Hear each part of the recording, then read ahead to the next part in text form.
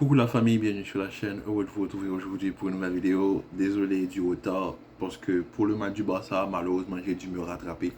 J'ai pas pu sortir la vidéo hier, malheureusement. Comme vous pouvez le voir, je suis pas dans mon espace, donc je suis en déplacement. Donc juste pour vous dire que le match du Barça, j'ai dû me rattraper parce que j'avais déjà vu la première période. Maintenant, j'ai dû regarder le match encore une fois pour rattraper ce qui a été fait en deuxième période. Mais ce match, on va juste parler directement du joueur du Barça, qui, pour moi, va être la révélation de cette saison, Lamine Yamal. Ce garçon a 16 ans, il joue contre des grands-pères, contre des pères, et il est en train de les humilier. Le garçon, sur ses prises de balles, on voit que c'est un garçon qui en veut. C'est un garçon qui a un futur, mais un futur, franchement, si le Barça, c'est comme un diamant, tu prends ton temps pour le polir et tu auras un joueur générationnel. Pour moi, Lamine Yamal pas dans ce sens-là. Maintenant, on sait tous que pour les jeunes joueurs, on peut toujours s'enflammer. Il y en a beaucoup qui n'arrivent pas à délivrer. Donc pour moi, je dis juste que sur ce match-là, Lamine Yamal a un match de référence en Liga. C'est-à-dire que, par exemple, quand on prend certains joueurs, ils ont des matchs références. Eh bien, ce match face à Villarreal est un match référence pour Lamine Yamal.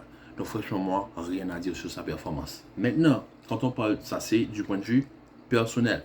Maintenant, quand on penche un petit peu plus sur le côté collectif, je suis désolé, le Barça c'est compliqué.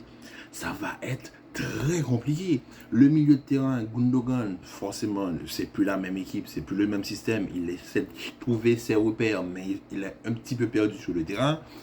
En attaque, Lewandowski, c'est plus le Lewandowski des dernières années. Lewandowski, depuis qu'il est arrivé au Barça, c'est plus le même joueur. Il essaie, mais son adaptation est très compliquée. L'absence de Rafinha sur le côté apporte énormément de problèmes. Tu as un Gavi qui essaie de s'intercaler dans le demi-espace gauche, mais il n'est pas très bon. Un Frenkie de Jong qui, oui, est un grand joueur, est un très bon joueur, qui arrive à plonger dans les premières minutes, ça se voit, et c'est pour cela qu'il manque le deuxième but du Barça. On voit qu'il prend l'espace, qu'il attaque l'espace et il arrive à être efficace. Mais, quand on parle du Barça, je suis désolé, l'année dernière, le Barça, son point fort, c'était la défense. Mais cette année, ah non, sans Araujo, il n'y a pas de défense. Je suis désolé, Koundé, sur le deuxième but de Villarreal, est-ce que vous avez vu le positionnement de Sorloth? Parce que Sorloth, on sait tous que moi, j'en ai parlé même pour le Real, je voulais qu'il vienne au Real. Regardez comment la défense du Barça s'est refermée sur l'action. J'ai jamais vu le Barça se faire balader d'une manière aussi grotesque. Franchement, c'était grotesque. Sur le deuxième but, le but de Sorloth, c'est grotesque. La balle va de la droite vers la gauche. On dirait que le Barça, aucun joueur ne sort pour faire le pressing. Le centre qui sort du côté du Sergio Roberto, mais Sergio Roberto va être un petit peu sec pour cette saison, parce que Sergio Roberto, même si c'est le capitaine désigné par Xavi, Sergio Roberto, si ce n'était pas par parcours d'ancienneté, je pense que Sergio Roberto ne devrait même plus être un joueur du Barça. Ses performances ne sont pas adéquates à ce que le Barça demande, à ce que le Barça exige. Mais franchement, c'est la défense du Barça, elle est effrayante. Elle est effrayante. Parce que le Barça mène 2-0, se fait remonter 3-2 et ensuite on termine un match avec un Barça qui termine un match 4-3 avec un but de Lewandowski à la fin du match. Je peux vous dire que oui, c'était un match de Liga. C'est un match où on a vu une équipe du Villarreal qui est venue jouer au football, une équipe de Villarreal qui a mis son football sur le terrain. Mais je suis désolé, quand on regarde la prestation collective du Barça, on a peur. Ah, on a peur, appeler les pompiers. Parce qu'en Europe, ce système-là, je pense que ce système-là va être très juste. Très très juste. Vivement que Araujo revienne. Mais n'oublions pas, mais le Barça a perdu Pedri pour 5 semaines. 5 semaines, c'est compliqué. Avec un Fati qui en sortie de banc n'est pas en confiance. Le seul joueur qui, pour moi, fait des rentrées et des rentrées décentes depuis le début de la saison, même en pré-saison, c'est Ferran Torres. Ah, maintenant, les gens qui critiquent Ferran Torres, moi je l'ai dit, Ferran Torres, il a quelque chose, ce garçon. Il ne peut pas être titulaire à Valence il ne peut pas avoir joué à City. Quand il jouait à City, il jouait. C'était pas genre une saison où il était sur le banc. Non, il était titulaire à City pendant une saison. Il vient au Barça. S'il est titulaire, malgré au Barça qui joue un second rôle, il est quand même toujours titulaire avec l'Espagne. On ne va pas me dire que ce joueur-là est nul. Il a quelque chose. Donc forcément, il faut trouver la manière de faire éclore Ferran Torres. Donc Ferran Torres, il fait ses rentrées. Quand il fait ses rentrées, il apporte ce qu'il peut apporter en attaque et ça se voit. Et franchement, moi je dis, Ferran Torres, peut-être, c'est sa saison. C'est la saison, voilà, vraiment de la renaissance. Pour Lamine Yamal, c'est la saison de l'éclosion. Pour certains joueurs, ça va être une saison de confirmation. Et pour d'autres, c'est la saison de la renaissance.